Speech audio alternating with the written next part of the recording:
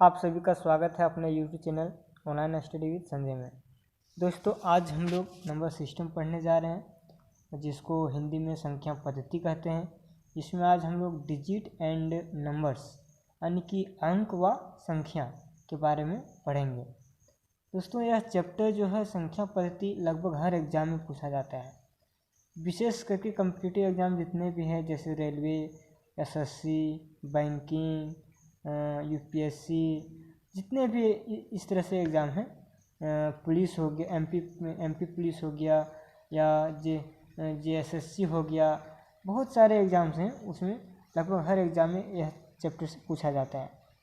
तो कहा जाए तो यह चैप्टर बहुत इम्पोर्टेंट है, इसलिए सभी एग्ज़ाम को ध्यान में रखते हुए हम आगे बढ़ते हैं। आज हम इस चैप्टर में डिजिट एंड नंबर के बारे में जानेंगे, तो चलिए आगे बढ़ते हैं। दोस्तों, सबसे पहले हम लोग इंट्रोडक्शन पढ़ेंगे, यानी कि इसका परिचय के बारे में कुछ अध्ययन करेंगे। क्या इसका इंट्रोडक्शन है, संख्या किसे कहते हैं, अंक किसे कहते हैं, इस सब के बारे में आज हम लोग अध्ययन करेंगे। तो आइए देखते हैं, आगे बढ़ते हैं। संख्या वे विचार है जिनका विकास मनुष्य की अभिव्यक्ति और बोली के विकास के साथ हुआ। यानी कि संख्या एक विचार है, ठीक है, जिसका विकास मनुष्य की अभिव्यक्ति और बोली के साथ हुआ। हम संख्याओं को अंकों की सहायता से व्यक्त करते हैं। संख्याओं को हम किसकी सहायता से व्यक्त करते हैं? अंकों की सहायता से व्यक्त करते हैं। तो हम जानेंगे कि अंकों की सहायता से हम व्यक्त करते हैं, तो अंक किसे कहते हैं, ये सब भी तो जानना जरूरी है ना। ठीक है, तो चलिए आगे बढ़ते हैं।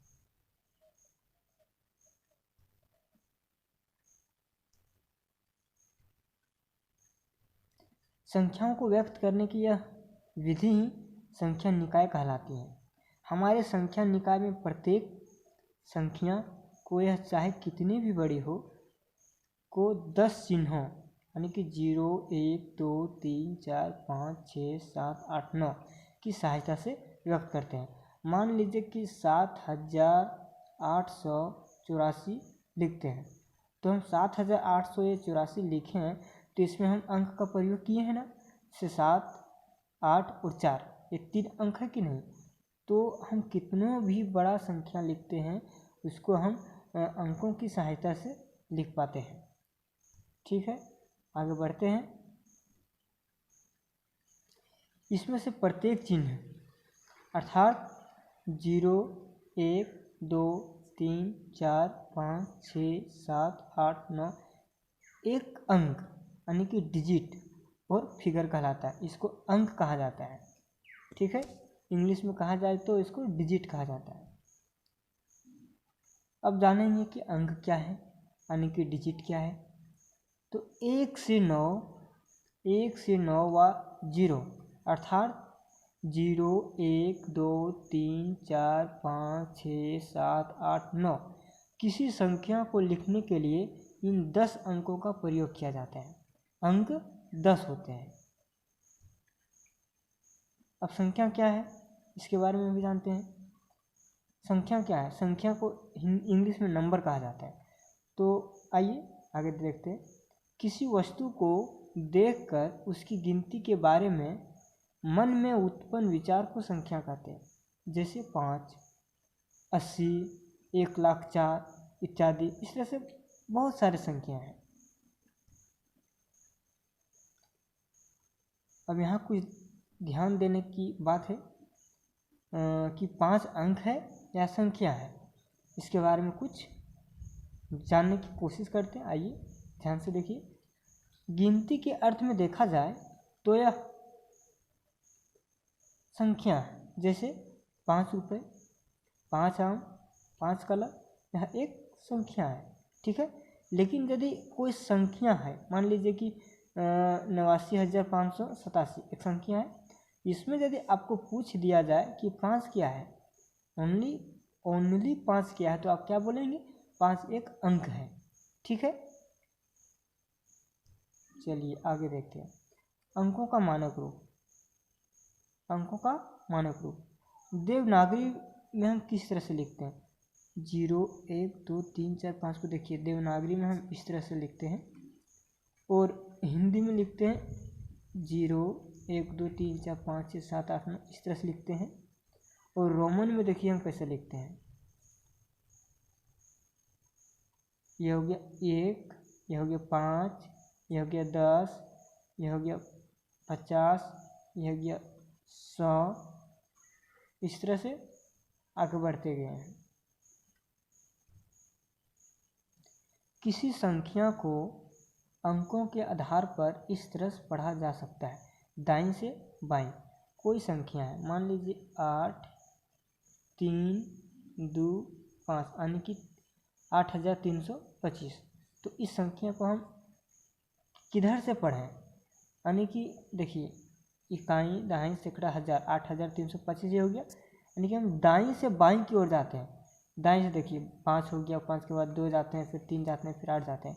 तो इसको हम बोलेंगे 8325, यानी कि दाईं से बाईं की ओर हम बढ़ते हैं।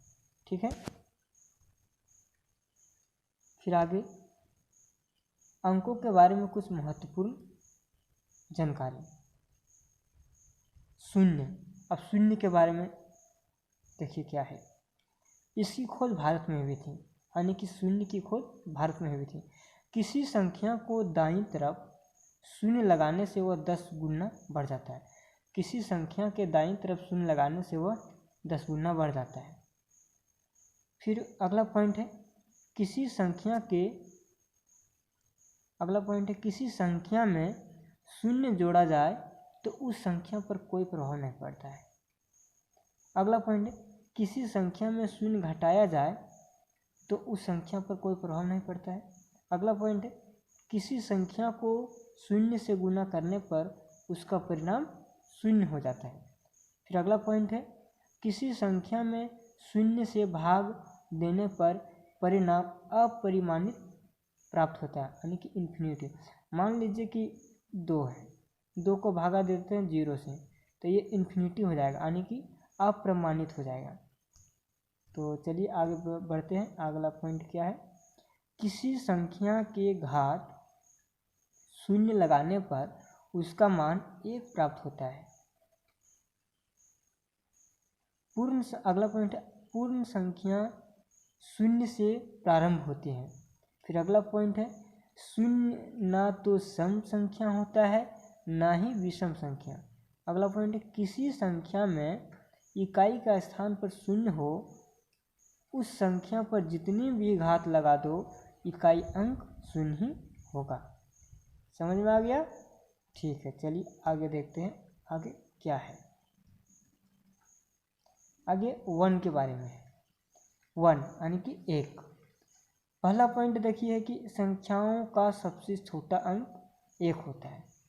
अगला पॉइंट है प्रथम प्राकृतिक संख्या 1 होती है। फिर अगला पॉइंट है 1 से किसी संख्या को गुणा करने पर या भाग देने पर परिणाम वही बना रहता है। फिर अगला पॉइंट है किसी संख्या की घात 1 का अर्थ वही है। प्रथम विषम संख्या 1 होती है। अगला पॉइंट है 1 ना तो भाज्य है ना ही अभाज्य है। अगला पॉइंट है 1 के ऊपर कितनी भी घात हो उसका मान 1 होता है। फिर अगला पॉइंट है 1 का वर्गमूल घनमूल एक ही होता है। समझ में आ गया दोस्तों? चलिए आगे देखते हैं 2 के बारे में। प्रथम सम संख्या, 2 प्रथम सम संख्या है। अगला पॉइंट प्रथम अभाज्य संख्या है। अगला पॉइंट एकमात्र सम संख्या जो अभाज्य है। यह एकमात्र सम संख्या है जो अभाज्य है।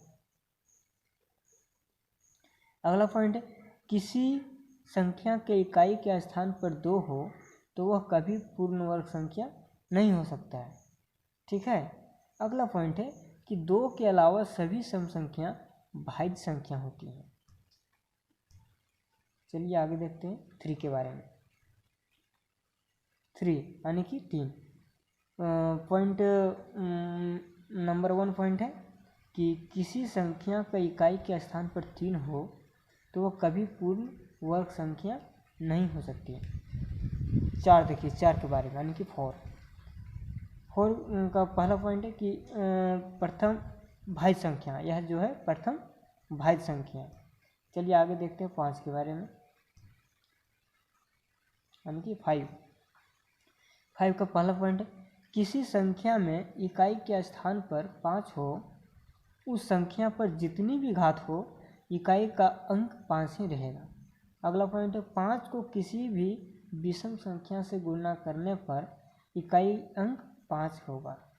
अगला पॉइंट है 5 को किसी भी सम संख्या से गुणा करने पर इकाई अंक 0 होगा। ठीक है, चलिए आगे बढ़ते हैं। आगे 6 के बारे में देखते हैं क्या है। 6 में है यानी कि 6। तो इसका पहला पॉइंट है किसी संख्या में इकाई के स्थान पर 6 हो तथा उस संख्या पर कितनी भी घात हो इकाई का अंक 6 ही रहेगा। 7 यानी कि 7 का पहला पॉइंट किसी संख्या में इकाई के स्थान पर 7 हो तो वह कभी पूर्ण वर्ग संख्या नहीं हो सकती। आगे 8 और 9 के बारे में जानेंगे। 8 यानी कि 8 इंग्लिश 8 इंग्लिश में बोला जाए तो 8, और इसका पहला पॉइंट है कि किसी संख्या में इकाई के स्थान पर 8 हो तो वह कभी पूर्ण वर्ग संख्या नहीं हो सकती। 9 यानी कि 9 का पहला पॉइंट प्रथम विषम संख्या जो भाज्य है, यह प्रथम विषम संख्या है जो कि भाज्य है। तो ठीक है, आज इतना ही। मिलते हैं नेक्स्ट वीडियो में नेक्स्ट लेक्चर के साथ। और यदि वीडियो अच्छा लगा होगा तो हमारे चैनल को सब्सक्राइब कर दीजिए और साथ ही शेयर कर दीजिए। धन्यवाद।